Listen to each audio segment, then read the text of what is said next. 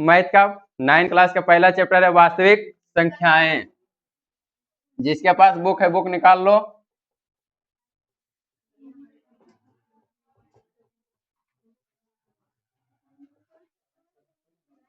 वास्तविक संख्याएं, इसमें पहले कुछ परिभाषा है, कुछ परिभाषा पहले लिख लो। लिखो पहला,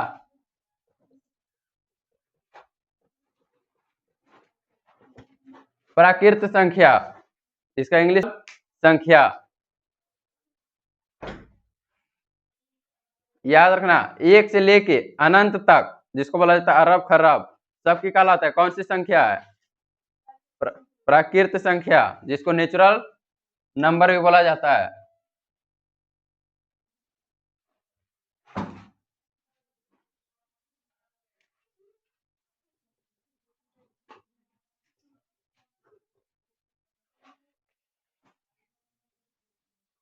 गिनती के सभी संख्या को प्राकृत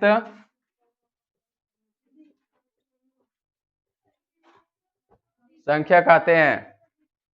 तुम आगे बढ़ो ना, यहाँ पे कॉपी किसका है?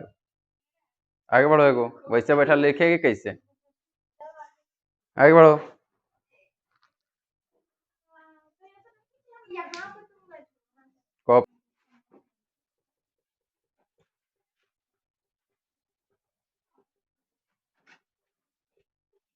ये पता है इसको क्या बोला जाता है? इसको क्या बोला जाता है? अनंत या फिर अपरिभाषित, इंग्लिश में अनडिफाइंड। अनडिफाइंड मतलब अपरिभाषित। आया समझ में? उतारो पहले इसको। इसमें एक एग्जाम्पल, इस पे क्वेश्चन बनता है कि मान लो कि पूछ लेगा सबसे छोटी प्राकृत संख्या कौन सी हो जाएगी? किसी को पता है? जीरो नहीं होता है, जीरो पूर्णांक होता है। सबसे छोटी एक।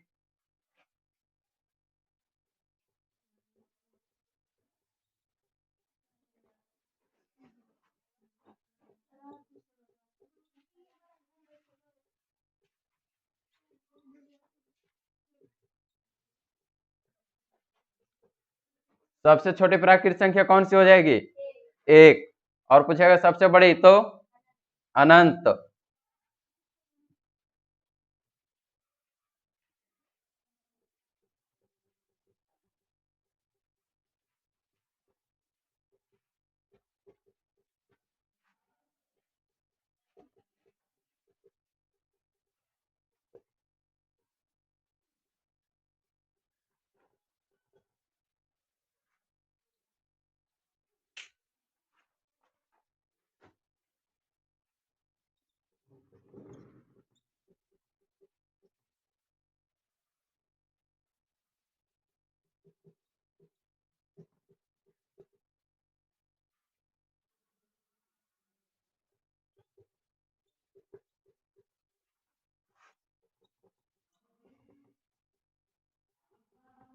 देखो यहाँ पे क्वेश्चन कह रहा है दो कर्मागत। कर्मागत मतलब पता है किसी को होता की है? कर्मागत मतलब किसी को भी लगातार। याद रखना, कर्मागत मतलब होता है लगातार। जैसे एक लिखे, एक के बाद क्या आता है? दो, दो के बाद तीन। ये जो एक दो तीन लिखते हैं, एक दो तीन की हो गया लगातार, यानी कि कर्मागत है। कर्मागत मतलब देखो दो अक्षर से बना है, पहला की है कर्म और दूसरा गत। गत मतलब होता है गति, गति मतलब स्पीड। पहला की है कर्म, कर्म मतलब लगा पहले। मान लो कि जैसे एक दो और गति, तो गति मतलब स्पीड। जैसे कि है एक दो लिखे धीरे धीरे बढ़ते जाएगा, तीन चार पांच धीरे धीरे पूरा बढ़ते जाएगा। तो यहाँ क्वेश्चन कह रहा है दो कर्मागत प्राकृत संख्या का अंतर क्या होगा? कोई बता सकता है इसका आंसर? दो कर्मागत प्राकृत संख्या 1,2 नहीं होगा। पूछ रहा अंतर कितना हो जाएगा? 1+2 भी नहीं होगा, 1-2 भी नहीं होगा। इसका आंसर आएगा कुछ और। तरीका सही है लेकिन आंसर नहीं आ रहा है। तरीका सही है, -1 नहीं होगा। देखो यहाँ ये बोले, या फिर इसका उल्टा आएगी, 4 में से 3 जाएगा तो 1 आया। कुछ समझ में? कर्मागत आ गया समझ में सबको? उतारो इसको।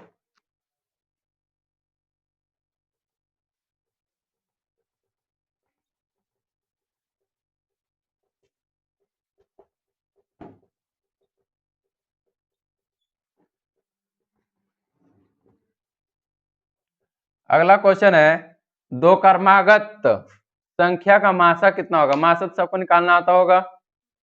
मेगा की तैयारी यहाँ पर कौन कौन किया था? कोई बच्चा? कोई नहीं किया था? तुम लोग को नहीं बोल रहे और अदर तुम लोग की थी मेगा की तैयारी? नहीं। तुम लोग को तो पता होगा जो मेगा की तैयारी क्या होगा, उसको हम बताए थे ये चीज, मासा कैसे, मासा और लासा दोनों को एक साथ कैसे निकाला जाता है, ये बताए थे हम। इसमें बताओ, कह रहा है दो क्रमागत, क्रमागत तो समझ में आ गया कुछ है, अभी बताया सबको। उसमें कह रहा है कि दो क्रमागत प्राकृत संख्या का मासा कितना होगा, कितना हो जाएगा, कितना होगा, कितना होगा, आंसर कितना हो जाएगा? किसी को पता है तो बोलो, गलत या सही टेंशन मत लो, अभी का शुरू है, सीख रहा है, गलत या सही होगा ही होगा, या तो गलत होगा या फिर एक सही है। एक देखो, एक आता कैसे है, मान लो कि HCF दे दिए 4 और 5, तो 4 एकम 4 हो गया, बच गया कितना, एक। उसके बाद HCF में क्या होता है, जो पहले लगा हुआ रहता है उसको फिर से लगाया जाता है, 4 बार में कट गया। HCF कितना आ गया इसका, एक। आया समझ में? HCF भागा नहीं होता, भागा के तरह ही होता है लेकिन भागा नहीं होता है। आया समझ में कुछ? कितना उतारो पहले। देखो, प्राकृत संख्या निकालने का एक फॉर्मूला होता है, उसको लिख लेना यहाँ पे।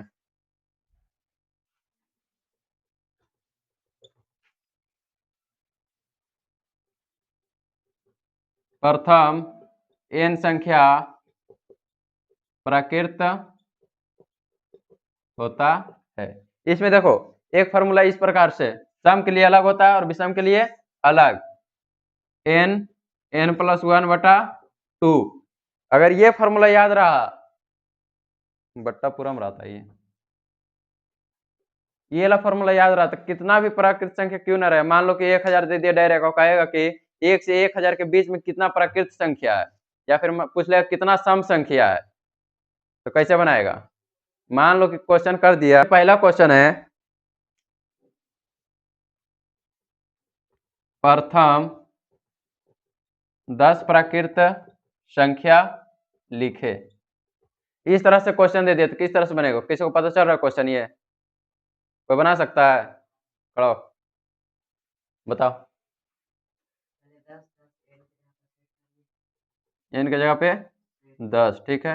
उसके बाद +1/2, उसके बाद 10,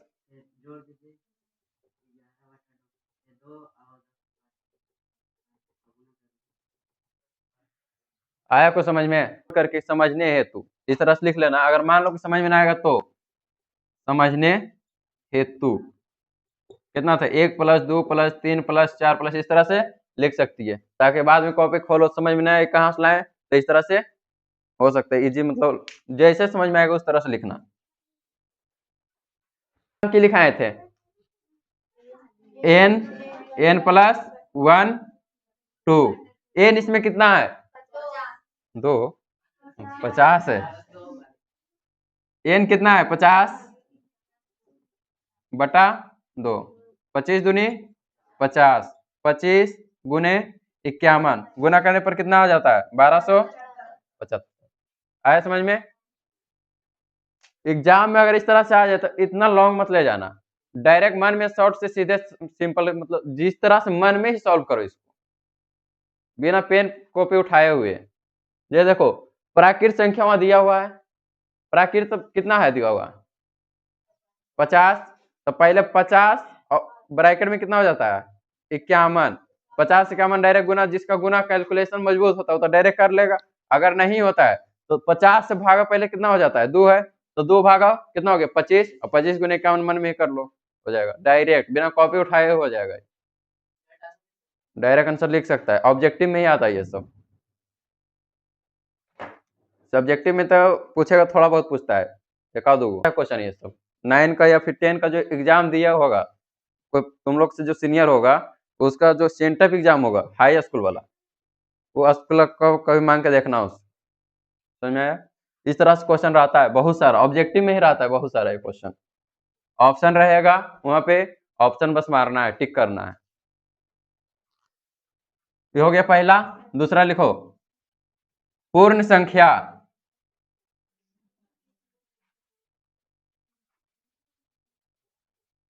पूर्ण संख्या, ये जो प्राकृत संख्या सबको समझ में आया कि नहीं आया? किसी को प्रॉब्लम?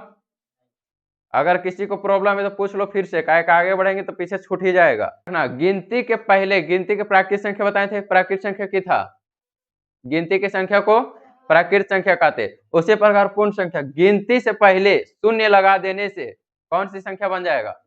पूर्ण संख्या। गिनती के पहले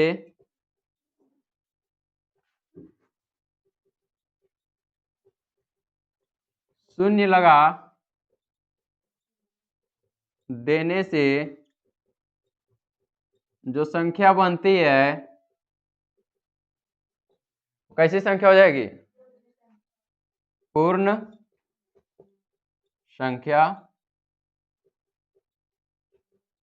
होती है। एग्जाम्पल में इसका कोई बता सकता है? एग्जाम्पल कोई भी? 0, 1, 2, 3, 4 से लेके अनंत तक। इसे बता सकता है सबसे छोटी पूर्ण संख्या क्या होगा? 0, और सबसे बड़ी अनंत।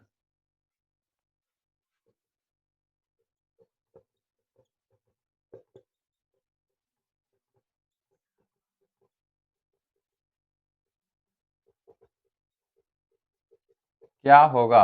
0 हो जाएगा इसका आंसर। और सबसे बड़ा?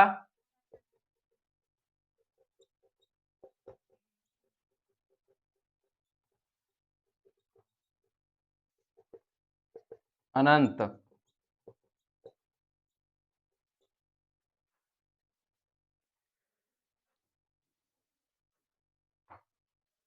अभी हम बस 2 ही पॉइंट बताएं, 2 पॉइंट समझ में आया सबको? वीवीआई लगा देना इसमें, ताकि अभी देखो इसमें वास्तविक संख्या बहुपद चैप्टर नंबर 9 का 1 और 2 और 10 का 1 और 2 दोनों चैप्टर सेम है, बस इसमें कि थोड़ा सा कम पढ़ना है और 10 में थोड़ा सा ज्यादा पढ़ना है। इसलिए 9 में देखो जो जो इम्पोर्टेंट चैप्टर होगा वही सबसे पहले हम पढ़ाएंगे। जैसे हो गया पहला, दूसरा, उसके बाद क्षेत्रमिति में पहुंच जाएंगे दूसरे के बाद। समझ में आया? ये लो जो चैप्टर होता है 10 में बहुत काम आता है, 10 में इससे बहुत सारा क्वेश्चन आता है। ये सबसे क्वेश्चन जो एग्जाम देता है या फिर प्रीवियस ईयर का क्वेश्चन में किसी के पास होगा घर में तो उसको पलट के देखना। बहुपद से, वास्तविक संख्या से तो कम आता है लेकिन बहुपद से ज्यादा आता है, और 2 चर वाले रैखिक समीकरण जो कि चैप्टर 9 में भी है और 10 में भी है। 9, 10, 11, 12 फिर से बोल रहे इसमें 4 साल अच्छा से मेहनत कर लो। ज्यादा नहीं, बस घर में 3 से 4 घंटा ही दो पढ़ाई को, ज्यादा मत दो, बस 3 से 4 घंटा अभी से। जैसे अभी बोल रहे जब लास्ट में 10 में पहुंच जाओगे तो एग्जाम आएगा तो उस टाइम बस जैसे अभी 4 घंटा करेगा अभी से तो आदत बन जाएगा। आदत बनने से होगा कि जब 10 में पहुंचोगे तो पढ़ाई के लेकर प्रेशर होबे न करेगा कभी। समझे? जैसे मेगा कम पढ़ा रहे थे तो इसमें कुछ कुछ है जिसको टेंशन हो रहा था कि कैसे देंगे एग्जाम, लेकिन कुछ कुछ है जिसको टेंशन है ना, कोई भी क्वेश्चन दे दे उठा के, कहीं से भी दे दे। समझ में? नोट करके लिखो, ये ला देखो हमेशा काम आएगा। अभी इसलिए कंपटीशन लेवल कहीं भी तैयारी कर लेना, ये चीज हमेशा काम देगा। Very very important. IMVVI मतलब मोस्ट वेरी वेरी इंपॉर्टेंट।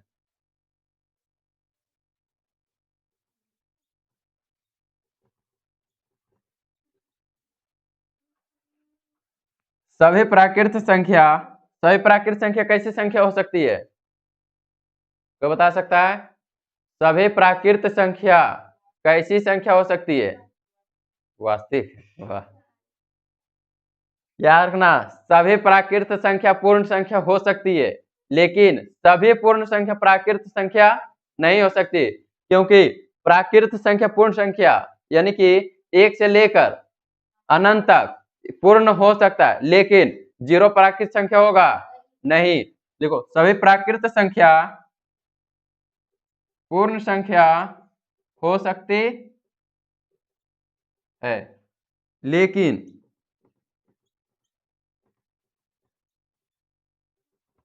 सभी पूर्ण संख्या प्राकृत संख्या नहीं हो सकती है। पूर्ण मतलब समझ में आ रहा है? पूर्ण मतलब, पूर्ण मतलब किसी को पता है? पूर्ण कोई भी याद रखना, पूर्ण मतलब होता है पूरा। तुम्हें पूरा, जैसे कि मान लो कि प्राकृत संख्या है, तो आ गया मान लो कि 2 और नीचे 4, तो ये कट जाएगा, कितना बचेगा? 1/2। ये पूर्ण संख्या है? ये पूर्ण संख्या है कि नहीं है? नहीं होगा, क्योंकि बट्टा में इसका फिक्स मानना है। अगर मान लो कि 2 से भागा 1 में देंगे तो कितना हो जाएगा? 0.0, 0.5। यहाँ देखो पॉइंट आ रहा है बीच में, पूर्ण संख्या है? नहीं है। वही मान लो 0, तो 0 से भाग कितना भी दे दें तो कितना हो जाएगा आंसर? 0 ही। एक और कहा लाएगा पूर्ण संख्या। पूर्ण समझ में आ गया क्यों होता है? जिससे पूरा पूरा भाग लग जाए।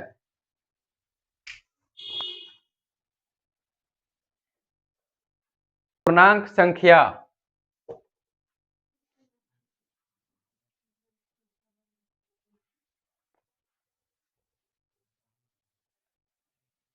ये हो गया सबका लड़का लोग?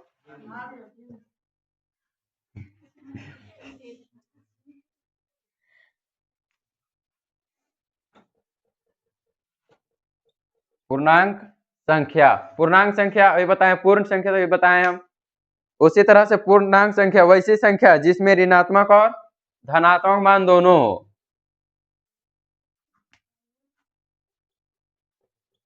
वैसी संख्या जिसमें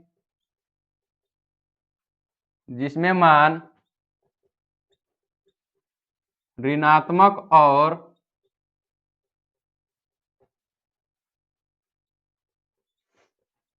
धनात्मक का संग्रह हो,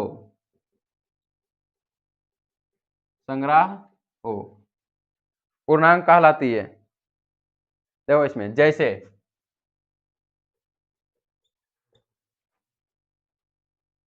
एक स्केल हो गया, बीच में कितना हो गया? 0। 0 के राइट वाला भाग में क्या लिखा था, प्लस की माइनस? तुम्हारा इतना कंफ्यूजन कैसे? राइट वाला भाग में याद रखना क्यों हो जाएगा? प्लस। और लेफ्ट वाला भाग में इधर देखो, 0 से जितना दूर जाएगा उतना ही मान बढ़ेगा, लेकिन माइनस में 0 से जितना दूर जाएगा उतना ही मान घटेगा।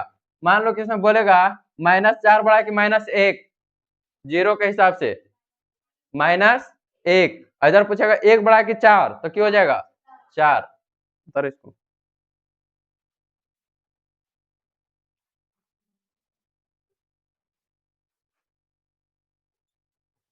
अनंत तक जाता है ये भी। VVI करके लिख लेना नोट बना के।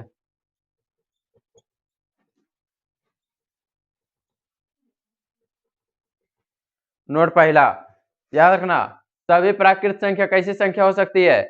ये बताए थे हम, सभी प्राकृत संख्या पूर्ण संख्या हो सकती है। उसी प्रकार इसमें लिख देना, सभी प्राकृत संख्या, सभी प्राकृत संख्या पूर्णांक संख्या हो सकती है।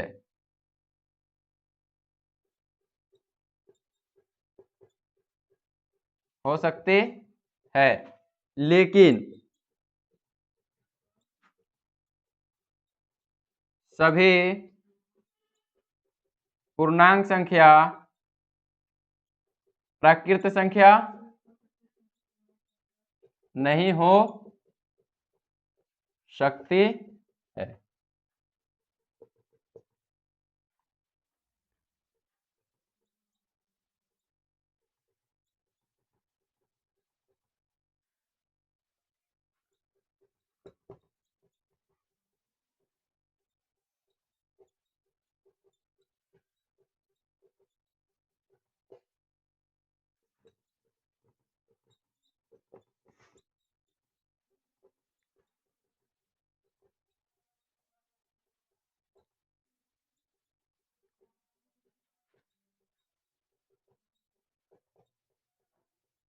देखो अभी कुछ देर पहले हम बताए थे कि जितना भी पूर्ण संख्या है प्राकृत संख्या हो सकता है, लेकिन सभी प्राकृत संख्या पूर्ण संख्या हो सकते हैं? नहीं। उसी प्रकार इसमें सभी प्राकृत संख्या पूर्णांक संख्या हो सकती है। जैसे बताएं तो प्राकृत संख्या माइनस होता है नहीं, लेकिन पूर्णांक में क्यों होता है? माइनस भी रहता है और प्लस भी। उसी प्रकार यहाँ लिखे हैं सभी प्राकृत संख्या पूर्णांक संख्या हो सकती है, लेकिन सभी पूर्णांक संख्या प्राकृत संख्या नहीं हो सकती है। दूसरा हम क्या लिखे? सभी पूर्ण संख्या पूर्णांक संख्या हो सकती है। पूर्ण संख्या कितना होता है? पूर्ण संख्या 0 से लेके अनंत तक। जो पूर्ण संख्या होता है उसमें माइनस लिखाए थे हम अभी? नहीं लिखाए थे। तो जितना भी पूर्ण संख्या है, पूर्ण संख्या प्लस में रहता है, लेकिन पूर्णांक की है माइनस में भी रहता है, तो इसलिए क्या हो जाएगा? पूर्णांक पूर्ण संख्या नहीं हो सकती है।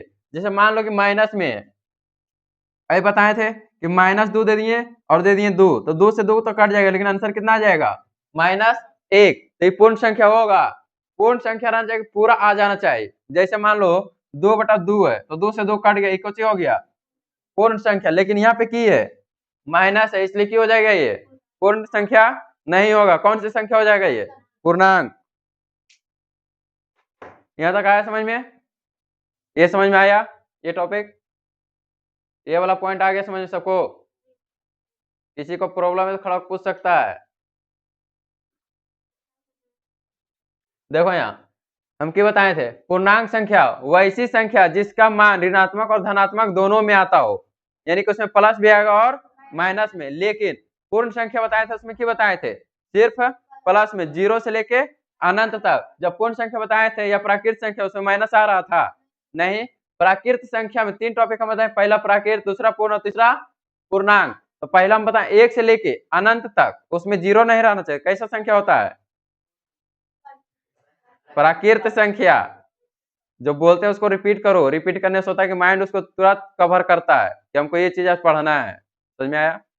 उसके बाद लिखा है पूर्ण संख्या। पूर्ण संख्या कैसे होता है? कोई बता सकता है? 0 प्लस डायरेक्ट। कोई भी डायरेक्ट अपना लैंग्वेज बोल सकते हैं, जरूर नहीं कि एकदम हम जो लिखा है वही बोलना है। 0 से लेके अनंत तक जो भी संख्या, तो कैसी संख्या है? पूर्ण संख्या। हम तो कॉपी में लिखा है कि गिनती के पहले शून्य लगा, वैसी संख्या जो गिनती के पहले शून्य लगाओ। लेकिन हम बोले क्या? 0 से लेके अनंत तक जितना भी संख्या हो सबके कहलाता है पूर्ण संख्या। इसलिए खुद का लैंग्वेज बनाओ। खुद का लैंग्वेज बनाएगा, एग्जाम में अच्छा नंबर मिलेगा खुद का। जैसे मान लो कि हम इतना बच्चा पढ़ रहा है, सबको तो हम एक ही चीज पढ़ाएंगे, लेकिन कोई बच्चा यहाँ टॉप कर जाता है, कोई बच्चा रहता है जो उससे कम रह जाता है। कोई मान लो कि 400 ला रहा है, कोई 390 ही ला रहा है, तो उसका रीजन क्यों होता है? उसका पास 2 ही रीजन, एक पहला हैंड राइटिंग सुधार लो, और दूसरा जो क्वेश्चन हम बताते हैं उसको खुद से समझो, खुद से बनाने का कोशिश करो। जब खुद से बनाने की कोशिश करोगे तो वहां समझो कि हम प्रॉब्लम हमको कहाँ हो रहा है। जिसे हम बता रहे हैं तो हम बोर्ड पर बताएं, तो बोर्ड पर बताने से क्या होगा? उतार लिया, कहाँ की प्रॉब्लम है किसी को पता नहीं चला। लेकिन जब उसको खुद से सॉल्व करोगे तो क्या होगा? कहीं भी अगर प्रॉब्लम है तो वहां पता चल जाएगा कि हम यहाँ पे अटक रहे हैं। मान लो घर में सॉल्व किया नहीं हुआ, कोशिश पूरा कोशिश किया नहीं हुआ सॉल्व, तो क्या करेगा? क्लास में आके क्वेश्चन पूछ लेना है कि हमसे सॉल्व नहीं हुआ। आया समझ में? अगर मान लो जैसे हम यहाँ बता दिए, घर में कोई रिवीजन हुए नहीं किया और आगे हम बढ़ते चल गए, तो पिछला क्वेश्चन क्यों हो जाएगा? छूट जाएगा। इसलिए हमेशा हम बोलते हैं, कोई भी क्लास सब में बोलते हैं कि रिवीजन करो। अगला पॉइंट लिखो, परिमेय संख्या। मोस्ट वीवीआई 8 क्लास के बच्चा लोग को तो पता होगा यहाँ जो मेरे पास पढ़ा है। परिमेय संख्या जो पी बटा नोट न मोस्ट वीवीआई करके अगला पॉइंट है। वैसी संख्या जो पी बटा क्यू के रूप में लिखा जा सके। परिमेय संख्या पी बटा क्यू कौन होता है पता है किसी को? पी बटा क्यू इस तरह से लिखा हुआ रहता है, पी बटा क्यू। याद रखना, पी को बोला जाता है अंश और नीचे हर। लिखो परिमेय संख्या, इसको एमवीवीआई मार लेना। Most very very important. वैसी संख्या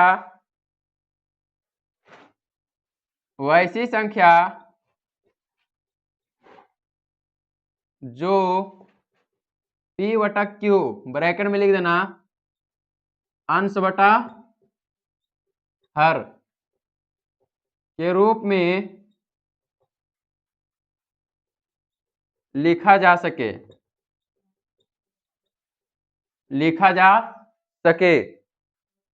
जहां Q equal does not zero. Equal does not मतलब क्या होता है पता है किसी को?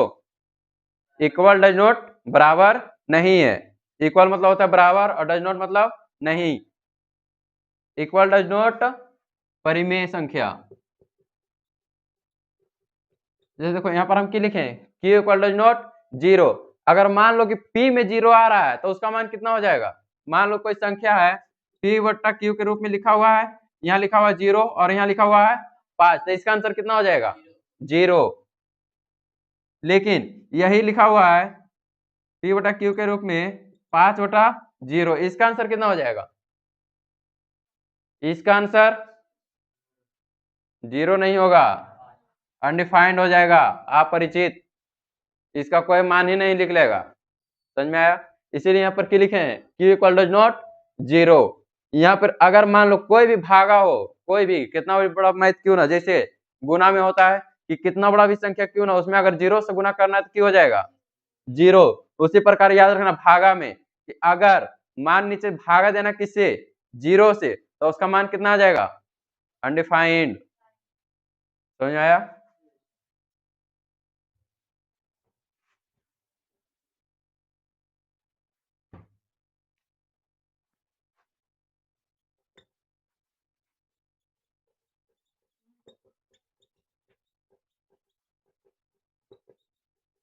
परिमेय संख्या का दूसरा नाम भिन्न संख्या। भिन्न का जोड़ भिन्न का घटाव तो बचपन में सब पढ़ा होगा, तो P बटा Q के रूप में ही रहता है ये सब।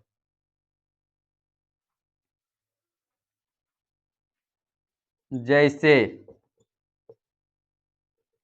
1/1, 2/1, 3/1, 4/8, 5 नहीं, 5 से 6 कटता है, नहीं कटता है, हो जाएगा 6/12, 0/1, √25। देखो √25, √25 क्या होगा? होगा या नहीं होगा परिमेय संख्या? अंडर परिमेय होगा कि नहीं? 25 है, होगा या नहीं? मान लो कि एक दिया √25, एक दे दिया √7, तो इसमें कौन सा परिमेय और कौन सा अपरिमेय है? अपरिमेय। इसमें कोई बता सकता है 25 जो 25 है परिमेय संख्या हो सकता है या नहीं? या फिर जो √7 है परिमेय संख्या हो सकता है या नहीं? देखो यहाँ अंडर कितना लिखे हम पहले? 25 लिखे। 25 का कितना है वर्गमूल, कितना हो जाता है? 5। तो 5 हो गया है, तो इसके नीचे 1 हम लगा सकते हैं, तो क्यों हो जाएगा? होगा या नहीं? लेकिन जो √7 है किसी का मान है नहीं, तो कौन हो जाएगा? अपरिमेय। इस पे बहुत सारा क्वेश्चन बनेगा, इसलिए अभी इसका टेंशन मत लो, इस आराम से सीख जाएगा कैसे बनता है।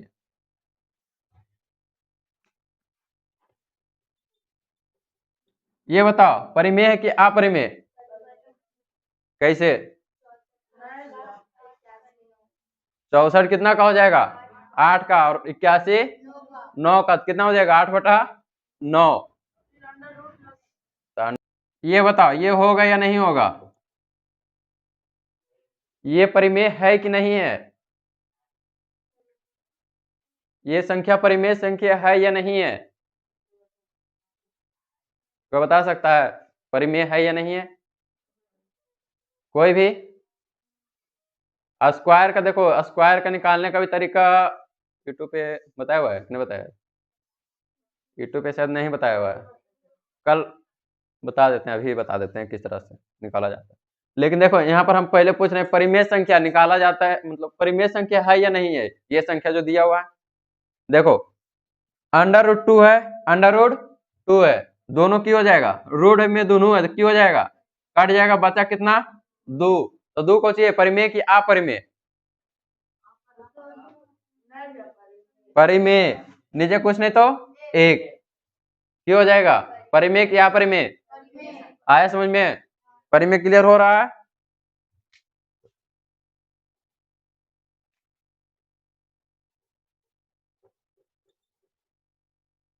22/7 परिमेय की अपरिमेय? 22/7 परिमेय की अपरिमेय? परिमेय होगा, P/Q के रूप में है। समझ में आया? आया समझ में? परिमेय अपरिमेय जब लिखाएंगे तो पूरा क्लियर हो जाएगा, परिमेय अपरिमेय दोनों क्लियर हो जाएगा। उतारो इसको पहले। यहां तक समझ में आया परिमेय होता कुछ है जो सीधे याद रखना, जो P/Q के रूप में लिखा हो, लेकिन जो Q होगा हर उसका उसमें 0 नहीं आना चाहिए। आया समझ में? हर में 0 नहीं आना चाहिए।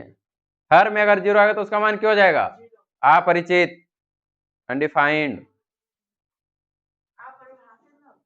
अपरिचित, अपरिभाषित। पर्यायवाची बहुत होता है। पर्यायवाची समझ में आ रहा है क्लास? नहीं आ रहा है? करके इसमें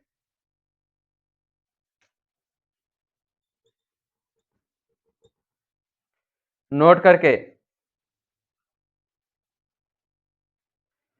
परिमेय संख्या होने के लिए, परिमेय संख्या होने के लिए P बराबर n और Q इक्वल डज नॉट 0।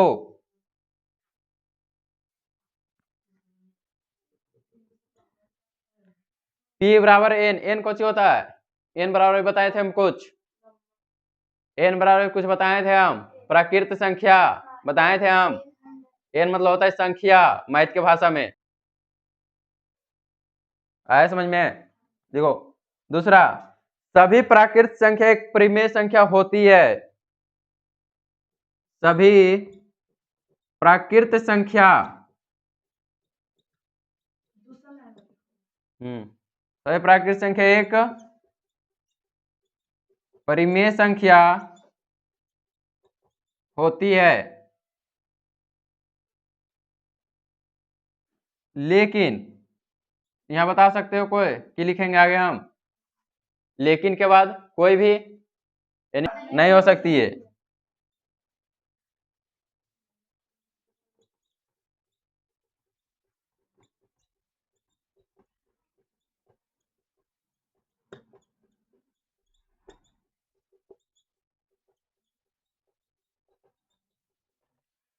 सभी परिमेय संख्या प्राकृत संख्या नहीं हो सकती है।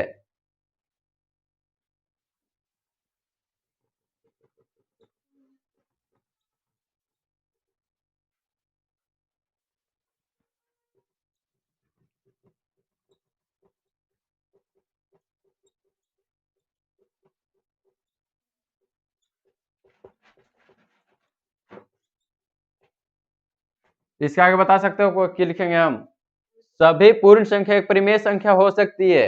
उसके आगे लेकिन, लेकिन सभी परिमेय संख्या पूर्ण संख्या नहीं हो सकती है। एक और की लिखाए थे, पहले लिखाए थे प्राकृत संख्या, दूसरा लिखाए थे पूर्ण संख्या, तीसरा की लिखाए थे पूर्णांक। इसमें कोई बता सकते हैं कि लिखेंगे हम पूर्णांक वाला? सभी पूर्णांक क्या होगा? एक परिमेय संख्या हो सकता है, लेकिन सभी परिमेय पूर्णांक संख्या नहीं हो सकता है।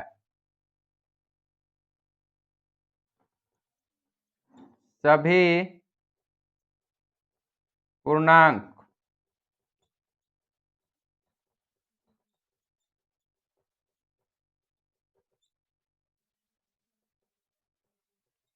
लेकिन सभी परिमेय पूर्णांक संख्या नहीं हो सकती है। अपरिमित आज नहीं हो पाएगा, कई टाइम तुम लोग का हो चुका है। इसमें कुछ क्वेश्चन हम दे देते हैं, बना के लाना घर से। पहला प्राकृत संख्या और दूसरा परिमेय संख्या वाला क्वेश्चन दे देते हैं, 5 क्वेश्चन। हो गया सबका? ये ऊपर वाला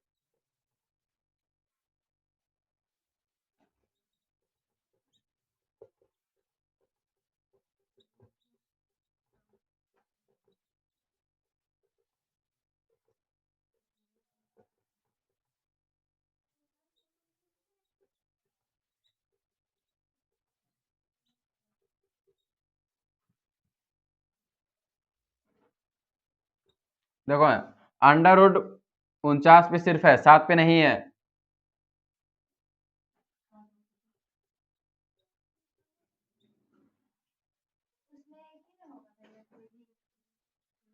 इसमें लिखना है कौन सा परिमेय है कौन सा परिमेय नहीं है।